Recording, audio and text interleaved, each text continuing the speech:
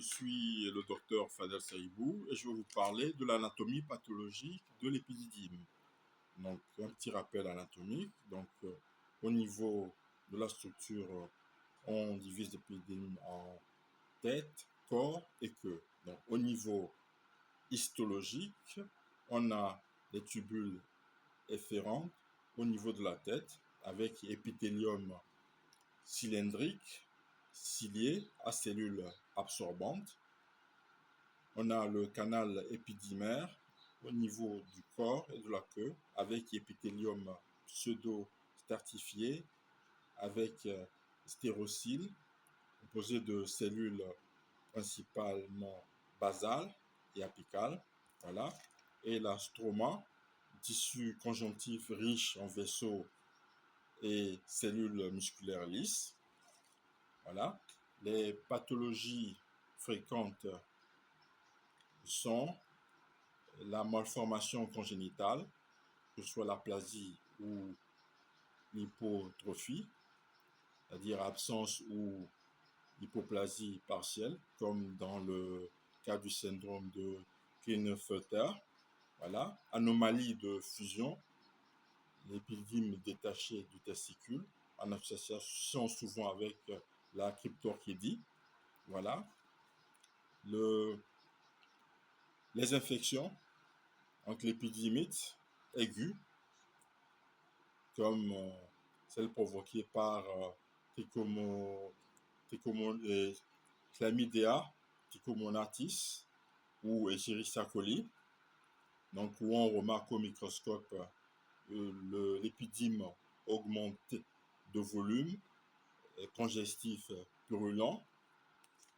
Voilà, sur le plan macroscopique, bien entendu. Donc, au microscope, on a plutôt l'infiltrate neutrophile, œdème et ulcération de l'épithélium. Voilà. Pour l'épidymite chronique, on a la fibrose, l'infiltrate lymphoplasmocytaire. Voilà. La dilatation des tubules. Pour le cas de la tuberculose, c'est-à-dire de l'épidymite granulomateuse, on a les granulomes épithéloïdes avec nécrose caséeux, voilà, avec confirmation PCR ou Ziel-Nielsen. Voilà. Donc, nous avons également les kystes et lésions bénignes, comme les kystes de l'épidyme avec spermatocèles y compris. Donc, on a des lumières kystiques tapissées d'épithélium cubique, contenu œsonophile avec spermatozoïdes possibles. Voilà. Nous avons l'adénomatose avec prolifération bénigne de tubules épididymaires. Voilà.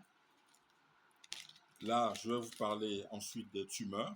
Donc, nous avons surtout les tumeurs bénignes qui sont souvent présentes à hauteur de 90% des cas. Donc, on a l'adénome à cellules claires avec des cellules glucogénées, noyau régulier et immunomarquage PK7 positif. Nous avons le cas de cystoadénome papillaire lié à la maladie de von Hippel-Lindau. Voilà. Nous avons ensuite les tumeurs malignes rares, quand même, comme le carcinome épidymaire, avec atypie marquée, mitose, invasion stromale. Voilà. Nous avons également les métastases des organes comme la prostate, le rein. Voilà. Le mélanome également. Les autres pathologies qu'on peut évoquer, c'est la sarcoïdose avec granulome non caséeux et CD68 positif, souvent associé à une atteinte fibroblastique. Voilà. Nous avons les traumatismes avec hémorragie, nécrose et réaction fibroblastique. Voilà. Donc, les techniques complémentaires histochimiques utilisés sont CK7 et EMA, positifs pour les tumeurs épithéliales. Donc PSA et PSAP pour exclure une métastase prostatique. Voilà. Pour le diagnostic différentiel, il faut voir quand il s'agit d'épidémite ou d'orchite, en se basant sur la localisation initiale et les extensions qui sont différentes. Voilà.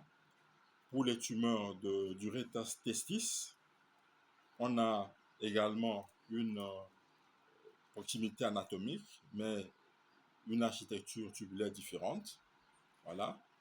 Donc, les dernières classifications, donc OMS 2022, font état d'études récentes sur les biomarqueurs comme GATA3 dans les carcinomes. Je vous remercie.